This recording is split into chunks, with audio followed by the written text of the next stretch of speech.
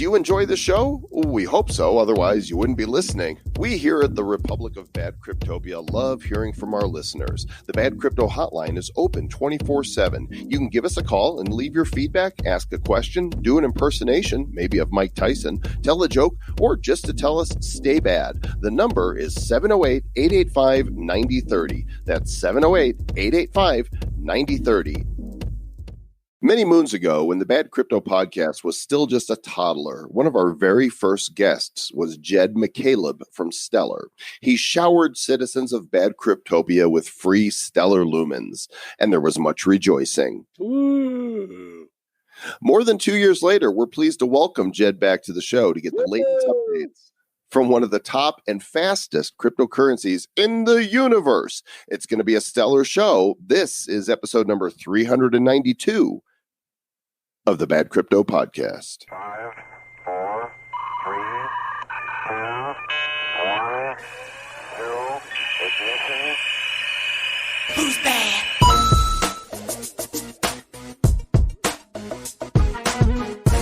Heard around the world, in the galaxy, and throughout the universe. It's the Bad Crypto podcast. Duck going, all the things so you don't have to. I'm Joel Comm.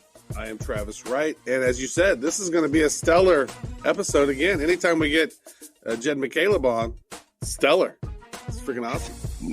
Nothing but stellar. It's good stuff, and you guys are going to want to stay tuned to hear what he has to say, the latest developments, because it has been more than 2 years, and Stellar is still, I think it's like number 12 or 13 in the top cryptos. And don't get your hopes up, folks. There's no Stellar.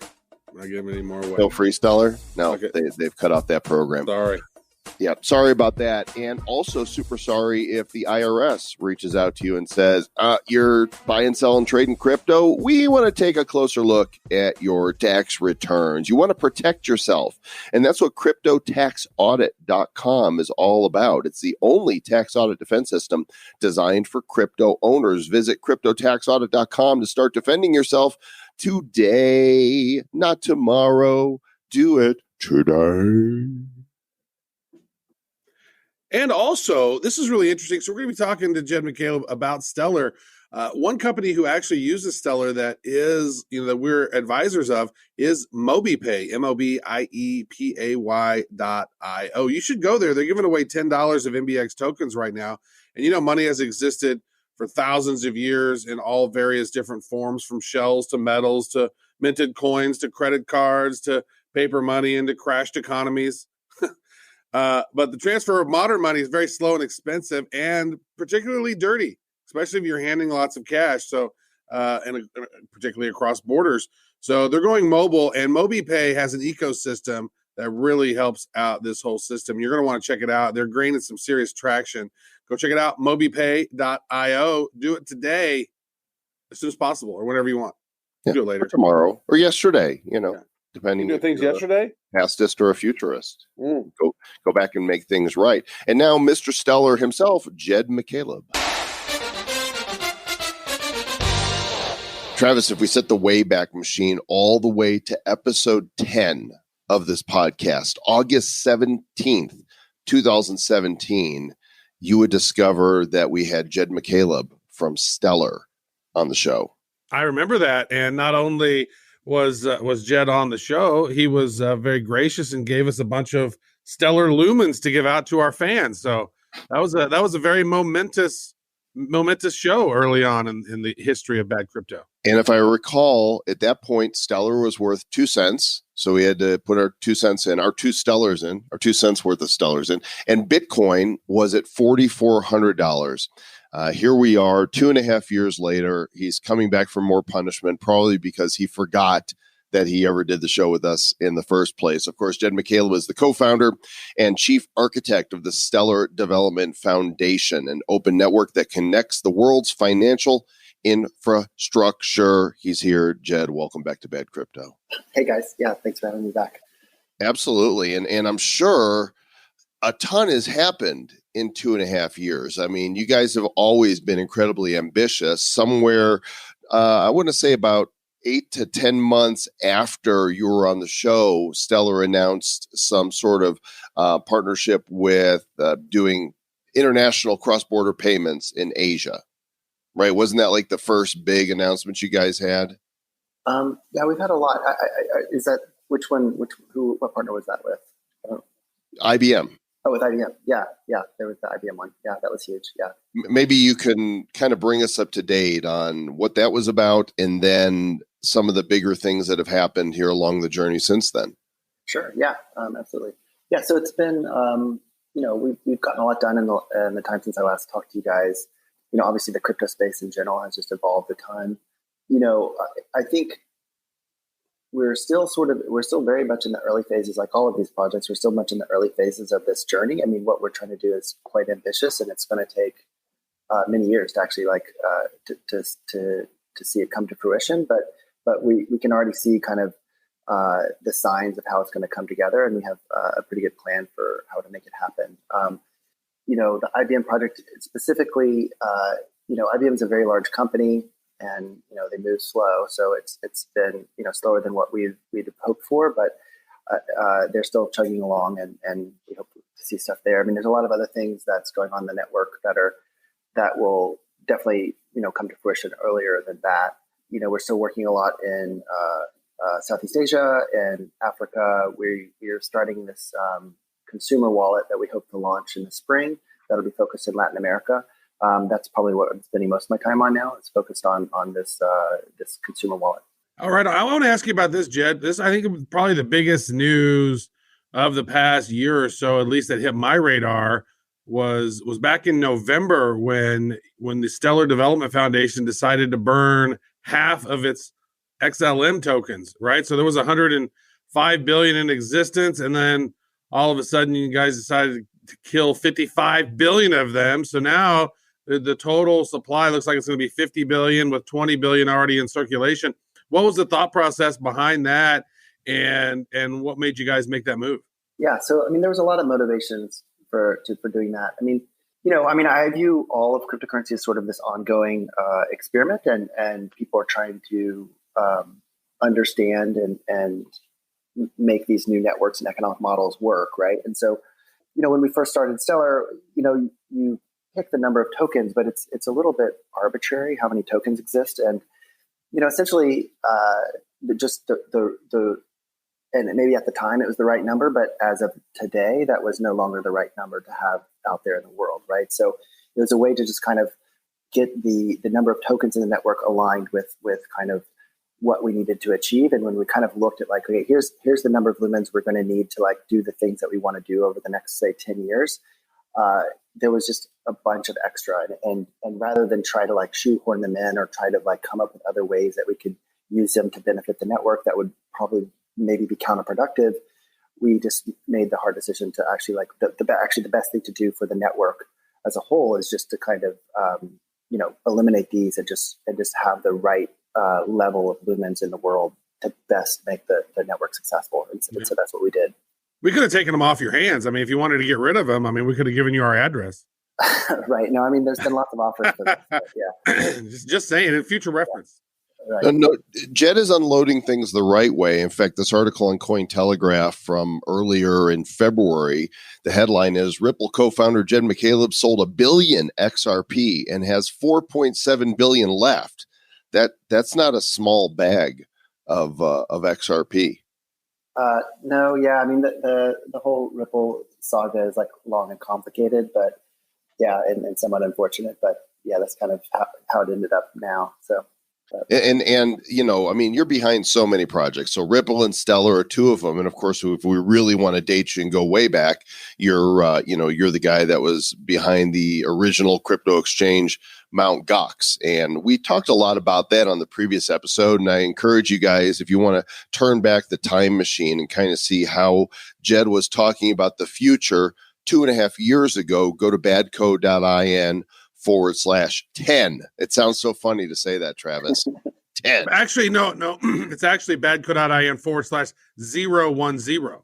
Both ways will work. Oh, both ways will work. We fixed that because we're we're going to confuse ourselves and our listeners. We're already confused. That's true. We are already confused. So now one of the things that happened recently as well, I guess within the last year, because we haven't chatted in 2 years, so we're kind of catching up on some things, was adding yourselves on Coinbase. And not only adding yourself on Coinbase, but working with their Earn platform to be able to actually teach people how Stellar Lumens work, and then in the process you earn up to $50 worth of lumens, which I think was really cool. I went through that whole process. How did that whole thing come about? Because that seemed to be pretty advantageous whenever that sort of popped up on the radar. Yeah, I mean, that whole program was very successful for us. I mean, I think they approached us when they wanted to start doing this Earn things. I think we were one of the first projects that they talked to, that they had this idea of kind of educating people about these various crypto projects and doing this kind of distribution or airdrop through that. And for us, I mean, it's very in line with how we started Stellar in the first place. The whole thesis was we need to get these tokens in the hands of as many people as possible. And so it's very much in line with how we wanted to get the lumens out in the first place. So we were excited about it. Obviously, it's good to be on Coinbase in general. I mean, it's a very popular platform, so we were excited about that. But yeah, I mean, all of those things. I mean, we're, from the time when I was talking to you guys 2.5 years ago to now, I mean, we're listed on like tons more exchanges. That the volume's obviously much higher and things like that. Like all of those kind of metrics have just continued to increase over the intervening years, along with the size of the network. The network's in a much bigger place than when I talked to you guys. Yeah, talk a little bit about that. What kind of numbers are you seeing as far as how many transactions are going through the blockchain each day? Yeah, so well, there's about 4 million accounts in the network. The number of transactions, I'd have to pull up the numbers, but it's it's actually it's in the top 5 things, if not like the top 3 of number of transactions per day, because we have this built-in exchange, and so there's a lot of trading that goes on there. So it's actually one of the most used platforms, which I think a lot of people don't realize. It's fast. It's so freaking fast. Yeah. I mean, that was kind of one of the designs from the beginning, and kind of my whole reason for doing this is that I think in order for crypto projects to be successful, you have to focus on making them being useful for real people. Like you need to focus on not the price and not these shiny features, but how are actual people in the real world going to use this product? And if you can make it useful for them, then you can become successful, I think. So yeah, because there's people out there that like blockchain's boring, right? And I guess it is, right? It's just a fancy schmancy database. Well, I mean, I think at the end of the day, like it actually kind of should be boring. I mean, payments is not, at some level, it's kind of boring. It's just like plumbing, right? It's just like pipes. You just want to make these like efficient, very interoperable pipes where anyone can plug into this thing. But what it enables is not boring. It enables all these interesting things. But like if you look at the internet, like Wikipedia and Airbnb and, all these things are exciting and cool, but the actual like TCP/IP, I mean, it's exciting for some people. For most people, it's quite boring, right? And that's what you want. You just want some efficient, low-level thing, and that's what we were trying to build here. So yeah, we want it to work. We want it to be fast. We want it now. Right. And if there's any problems with it, then we're curious about it. Like, why the hell didn't it work? We expect things to work. Now, exactly. One thing that we've noticed since we chatted the first time is that you've expanded your partners and projects that have been built on Lumens. Now, we've actually seen projects, leaving other blockchains and bumping over to Stellar Lumens. I think who was the one? I think the Ken Foundation went from Ethereum and then moved over to Ken. And then Joel and I are actually advisors on a project called MobiePay, MOBIEPAY, which originally was going to use another blockchain, but then decided to use Stellar because it's so fast. So they're still in the process of building that. So tell us about the ecosystem, how it's grown, and maybe what are some of the really exciting developments that you've seen within your partner and project sort of ecosystem. Yeah. So I think like the cryptocurrency landscape is quite large, right? There's lots of different things you can do with blockchain, and people tend to just like lump them all in one category, but really all these different protocols or platforms are good for particular niches. And Ethereum's good for what it's good at, kind of being this decentralized computing platform. But for issuing tokens and issuing like what they call stable coins now, I don't really like that term, like these fiat tokens, and just like if you want to represent some sort of value in this distributed way, Stellar's perfect for that. It's what it's built for. So as people kind of realize that, it's like in the case of Ken, they were like, well, if we actually issue this on Ethereum, there's no way that this network can scale to hold it. So they thought about Stellar because like it scales much better and it's designed from the first place to represent these things, right? So there's other projects like that, like Franklin Templeton just announced like some sort of money market fund that they want to put on Stellar, which is essentially like a stable coin that will bear interest. There's a lot of people that just kind of come out of the woodwork like that. Like we never talked to them about it before they announced it to the world. We learned about it with everyone else. So things like that are super exciting to us when people kind of independently start building on the network without even talking to us. There's a lot of other asset issuance things coming on. There's like a few real estate ones where they're kind of tokenizing real estate. There's some that are issuing equities where people can buy them in other countries like Vietnam and things like that. And those are the ones that we were most focused on are it's still just the core cross-border payment use case. And for there, we kind of realized that and I think one of the reasons why crypto adoption has by some ways of looking at it has been actually quite slow. Like there's a lot of hype and a lot of people interested in it, but actual use by people is actually pretty low still. It is because you kind of need to build this network, and it's very hard to do that. That's just a hard problem, right? And so one of the things that we realized over the last couple of years is that we actually need to be the ones that are building kind of the first Stellar use case. And so that's what we're focusing on with this mobile wallet, which we can get into as well. Is there like a development foundation that maybe helps fund some of these upcoming projects? And if so, like how do people get involved with that? I mean, because it seems like you guys are wanting to have, projects built on Stellar, but is there money that kind of can go in there to help them if they need it? Yeah. So, I mean, we hope that the people building stuff on Stellar are, that they don't need our help, that's like a viable business and they can go raise money from normal VCs or angels or what have you. We did, one of the things that we announced when we announced the burn of the tokens is that we announced our enterprise fund, and that thing does make investments. It's pretty, we don't have like an application process. That whole thing is like, we actually go find the companies that we think are make sense for that. I think we're probably going to announce our first one. We may have already announced it, but within the next few days, we're going to announce our first one on that. So we have this enterprise fund that's sort of like a VC fund. We make investments in companies building on Stellar that we think will further the ecosystem. We have this infrastructure grant program that's for projects where we kind of give them ongoing support. Maybe they're usually a little bit smaller, but we kind of have those two programs. So it's a way to kind of bootstrap the network essentially. So. Yeah, there's one project I see on your site that is interesting to me called Satoshi Pay. One of the problems that publishers have and readers have is the publishers are having a hard time getting paid for their content, right? Because there's so much content out there. And the user is confronted with all these advertisements and paywalls. So how does Satoshi Pay solve this problem? Yeah, so Satoshi Pay is, they've been in the ecosystem for a long time. I really like those guys.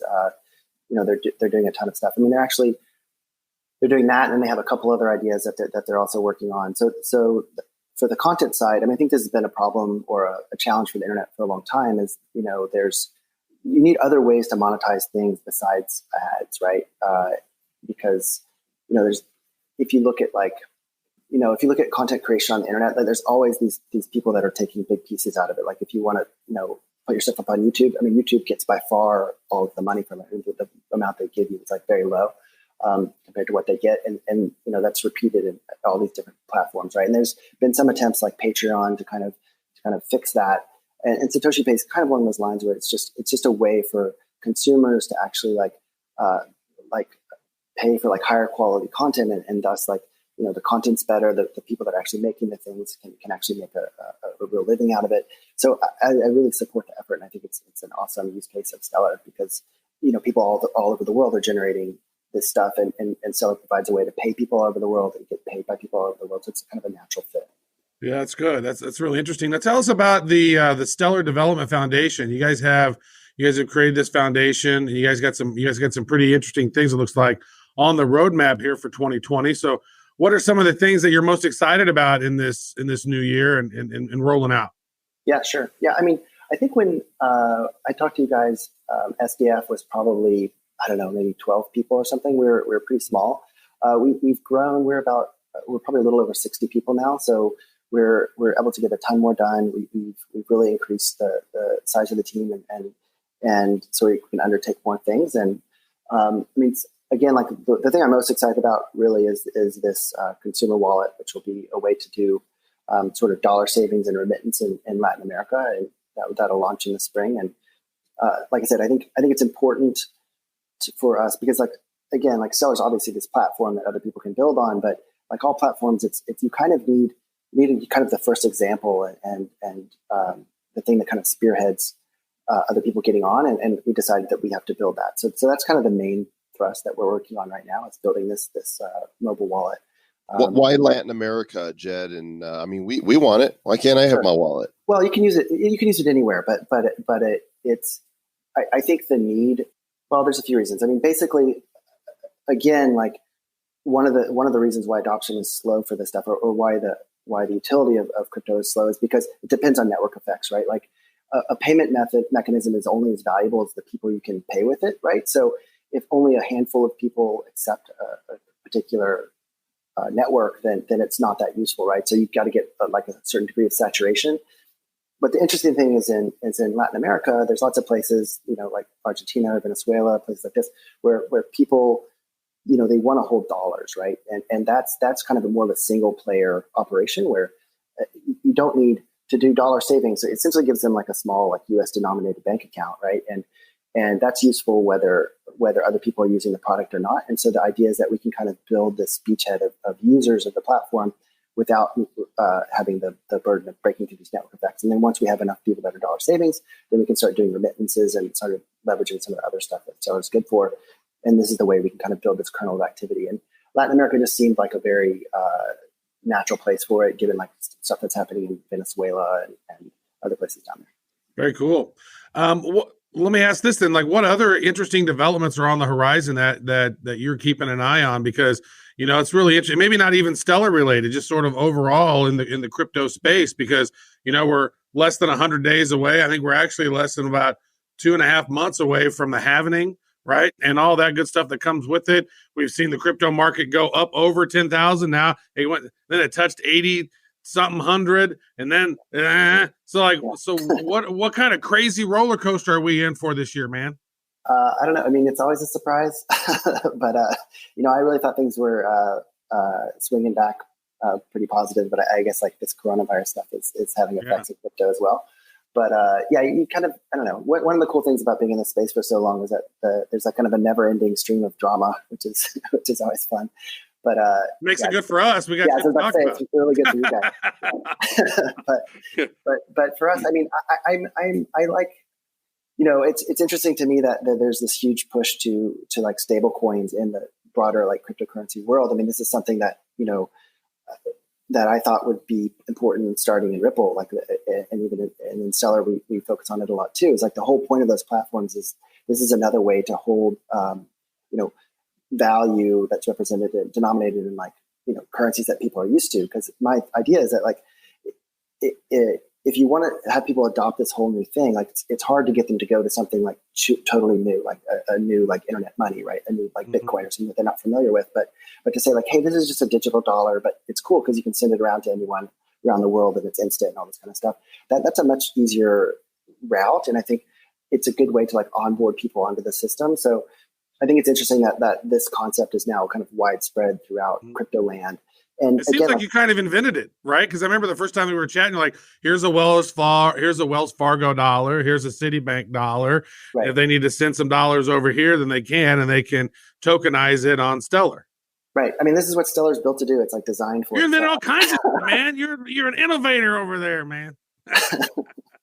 Yeah. So I just hope that like people realize that Stellar is actually very good for this because it's built for doing this. So it's exciting to see that kind of like validation that this is actually a useful concept, which we've thought for a while. Sounds like a commercial. Stellar, kung kung, built for transactions.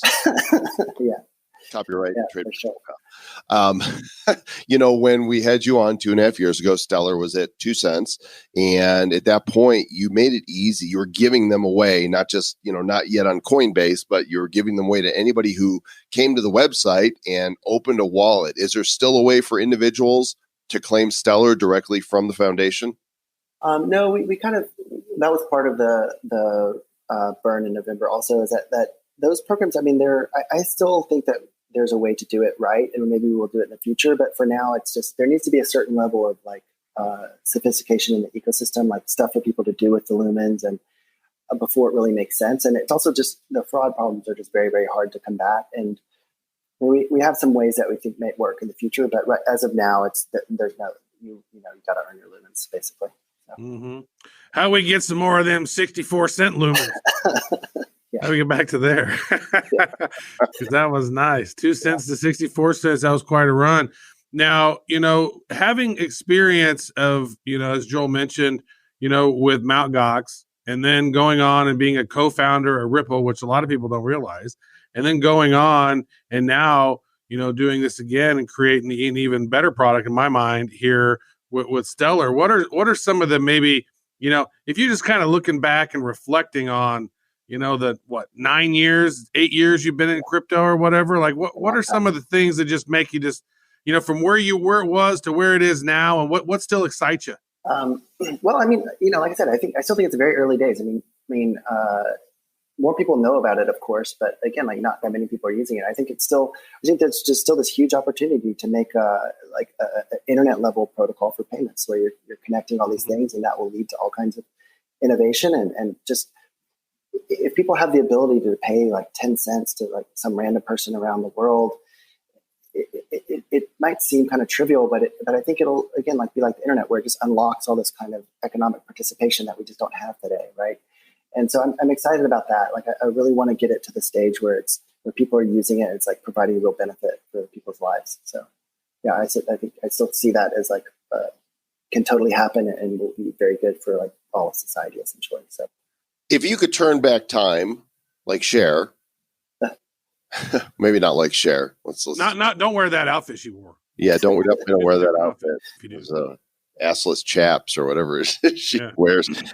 And you could speak to yourself 2.5 years ago when you were on the show. You're looking forward to the future, and you already said you thought things would move further along. What would you tell episode 10 Jed, knowing what you know now?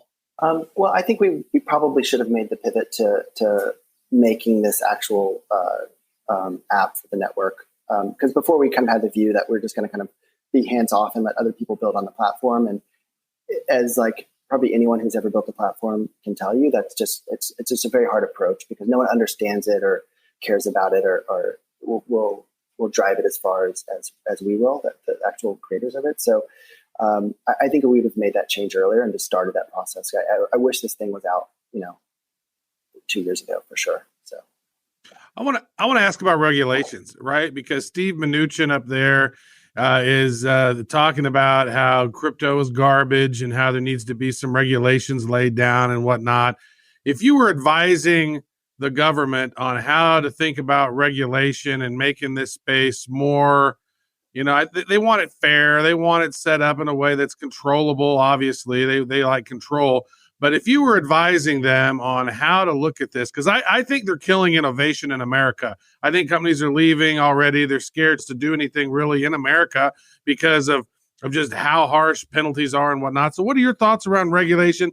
And let's say we took this audio and we're to send it up to them to let them hear it. What should they know, or how should they be thinking about this? Look, I mean, I think, obviously there has to be some amount of regulation on things like this, but I think the minimal amount you can have on it, the better. I mean, like you said, the more regulation there is, the less innovation there'll be, the less ultimately like jobs that are created, the less good it'll be for society. If people can't actually build the things, or they're scared to build the things because of this legally gray area. I mean, I think there's already a ton of financial regulation, and really crypto can easily fall within the existing stuff. I mean, I don't see much reason to create new regulation or like change how the existing rules should be applied. I mean, it just seems counterproductive, and a lot of it will be, especially when the lawmakers don't actually understand the technology. It will be very easy for them to make rules that have these repercussions that they just don't quite understand, and like kind of kill this whole industry, which would be quite bad, I think, because although what people like to talk about is like things like Silk Road and like money laundering and things like this. But that's just such a small fraction of how this stuff is actually used. And it's definitely a very small fraction of how it could ultimately be used and how it could ultimately benefit literally everyone. I mean, everybody makes payments, and having less friction in that system would just increase the GDP of the whole world. So it's something you just definitely don't want to squash. I'm wondering, as you look at the current crypto landscape, certainly there's some other projects out there that you're keeping a close eye on. I'm wondering, in the top 25 or so, what's impressing you? So, I really don't, I don't follow enough of the other crypto projects maybe as much as I should. It's just, there's really a lot of things out there, and it's just very hard to keep track of them all. So I probably don't have a great answer for that. I mean, I know give us a bad answer then. We like bad answers. It's bad crypto. Yeah. I mean, there's nothing that I haven't like dug in enough to like know if the things make sense or don't make sense. I really, like I said, we're just really heads down trying to make our thing work. Let's be more specific then. What do you think? And you can talk crap if you want to, but the current state of Ripple. Oh, yeah. I really have not been paying attention to Ripple at all. I mean, I think just letting those guys do their thing and plead the fifth. Yeah. Don't want to poke those guys, but yeah. So now what impresses you? What depresses you? What depresses?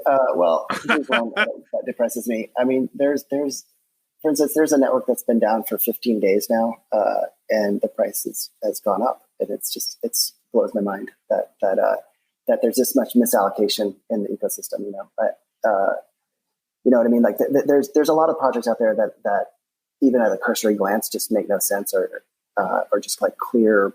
The people behind it have no technical merits, and people just put millions and millions of dollars in it. And I think that has been hard to watch and hard to see. I mean, it's getting a little bit better now, but it's still quite crazy, I think, compared to other industries, the amount of like misallocation of money, essentially.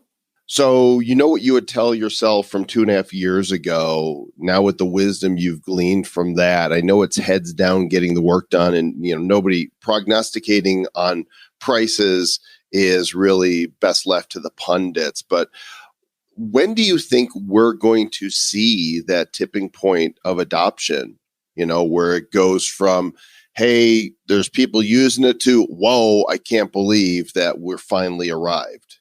Yeah. I mean, I thought it would be much sooner than it is now. Like, I mean, I think probably when I was on the show 2.5 years ago, I probably said it'd be soon, but I really do think it's be soon now. And before I thought it was going to be soon because other people were building the thing, but now we're building the thing. And so I have pretty high hopes and pretty high conviction that this wallet we're building will start to get adoption. And if so, I think it'll be the first largest use of crypto in the world, which will be very exciting for us and most people in the industry, I hope.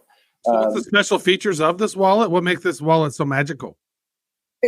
There's no real special features. I think it's just a real focus on the user experience and making it useful for real people. I mean, the people using this won't even realize crypto is involved.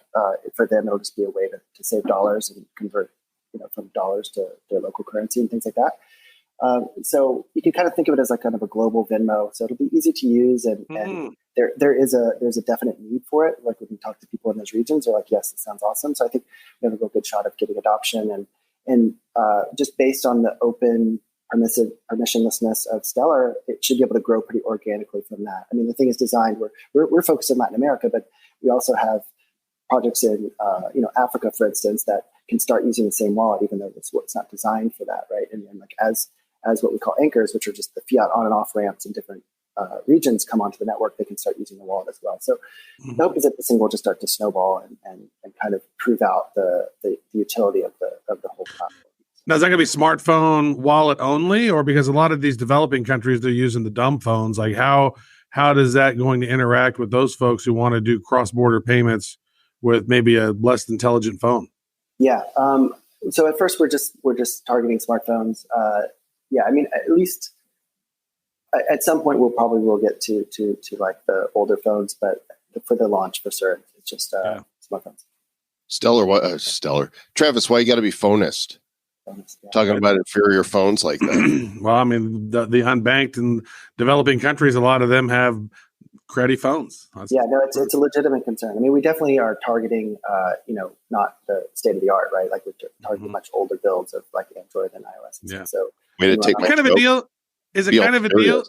deal? Yeah, it was kind of a deal where you're able to like maybe exchange some Stellar for like phone minutes or something, because I mean that phone minutes is currency in some places in like Africa. Like, I mean, they literally that's like full on money. Yeah, there's a couple projects that are like that have that approach on so that are building like basically a tradable minute that you can send around. Like it's a tokenized minute essentially. Tokenized minutes. That's awesome. Yeah. Well, the website, stellar.org, STELLAR.org. Mr. Jed McCaleb, we appreciate you coming back, and maybe we'll catch you in another 2.5 years. Yeah, thanks, guys. Well, hopefully sooner than that. So that was great stuff, Mr. Joel Comm. I want to say, though, I am talking about what you said before about being a pastist or a futurist. I'm actually a presentist. So I want to, You brought me presents? I didn't bring you presentists, but I'm a presentist. I bought myself a present last night. You did? Yeah, I know you're here. You're here in the moment. No, I gotta say, for out of all the advertising online, Facebook really is the most effective to target me. Mm-hmm. Right? They'll pop stuff up, and I'll be like, "Oh, okay, let's go check this out." It's awesome. I want one of that. So last night, I bought some pretzels. Saw this ad with these delicious looking pretzels that you can either, freeze or, keep in the fridge. And then you put them in the oven and you brush them with butter and you put their spices on there. And they look so amazing. I'm not going to give them, a free ad to tell you where I bought them from. Maybe after I try them and I eat them. But late last night, lying in bed, watching Netflix, I bought pretzels. I ordered this thing a couple weeks ago and it was a Kickstarter. And did you know that copper is antimicrobial? And there's a lot of surfaces in hospitals that are just copper plates, and people can touch their hands to it, and it actually kills it. There's this one thing called Copper Zap that I actually have that you basically touch it with your hands, and then if you feel like a little tickle, like a little tickle in your nose or whatever, there could be like a germ getting in there, and this literally kills it. Apparently, I don't know, but what I did, there's this thing called it's a keychain thing, but it's kind of looks like a big key. It's got like a hook at the end of it. It's got a little round thing. So instead, it actually has like a little stylus at the end, so you can press elevator buttons with it, or like hook it on a door and pull. Did you buy it? I saw that. I think everybody's getting targeted for that right now. Yeah, did you buy one? I think that makes sense. No, because I always touch elevators with my knuckles, and right. and why don't more doors have those foot things? Right, you come in some bathrooms, they have the foot thing. You like grab the foot and it opens up the door. Like, why do I gotta touch handles anymore? So I'm like, I think that's a good idea to avoid touching handles, because most of the times you get it on your hands, and then you can get on your hands. That's fine, but once you touch it by your eyeballs, or you scratch your nose, or it gets in one of your eye holes or your nose holes or your mouth holes, and then you get it. So I don't know, try to avoid that. Stay away from the holes. Yeah, it would be preventative. I mean, that's one of the things that they didn't really do. They just went straight into quarantines. How about, hey, here are some things you proactively could do to eliminate a lot of these germs. Do those first, and let's self-quarantine first. Instead, they just went draconian and shut everything down. It's crazy. Hashtag wash your damn hands. And by the way, Travis, other regions. Yeah, we'll wash all of your self hygiene. Yeah, you don't want stinky balls.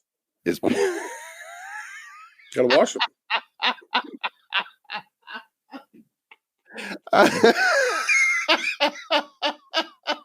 Well, it's true. If you don't wash them, they get really bad. I'm not denying that. Well, I had a perfect segue, and you just totally blew that up. So let's see. Oh yeah, I remember, because I was talking about pretzels. What goes good with pretzels, Travis?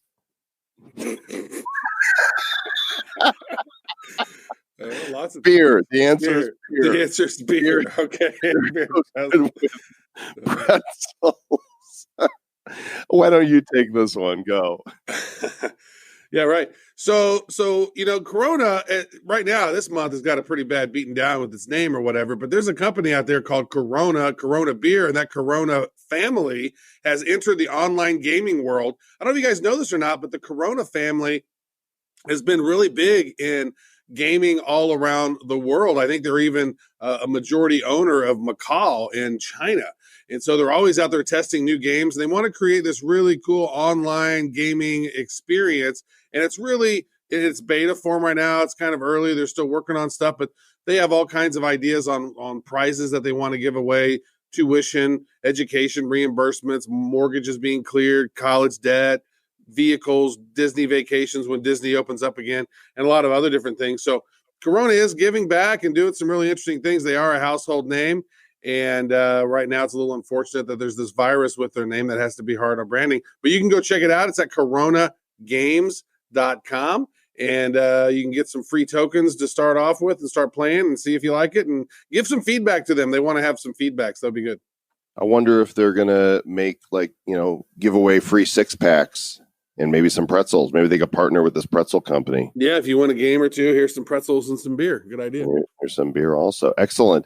The virtual blockchain week is coming up, gang. End of the month, beginning with a VIP opener on April the 26th. And then every night that week, talking about Stellar, a stellar lineup of luminaries and presenters from the blockchain world, kicking it off with Tim Draper, winding it up with Don Tapscott, and filling in all the crunchy, tasty, sweet, juicy middle with a full roster. Go to virtualblockchainweek.com, get your reservation in now. It's free, but if you want to take advantage of the VIP experience while the price is still low, go ahead and do that too. Yeah, awesome. Full roster. And I'm just going to read off some of the names because it's great. Brittany Kaiser, she's the one who with the Cambridge Analytica, she has a thing called Own Your Own Data, a foundation. We got Miko Matsumuro, we got Peter McCormick, we got Justin Sun, Caitlin Long, we got Maddie Greenspan, Sir John Hargrave,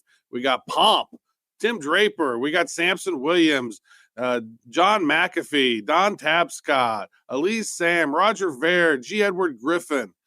We got a bunch of awesome people on here. CZ, Charlie Shrem. We got Joel Comm. Joel Comm's going to be there, you guys.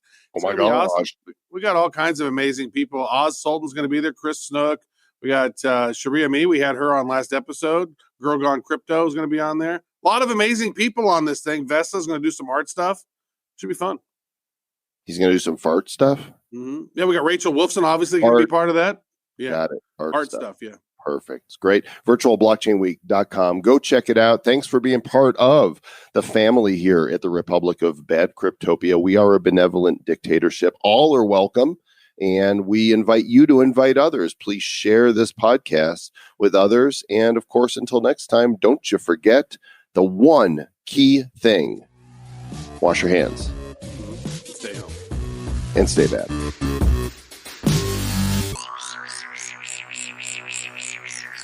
Who's bad?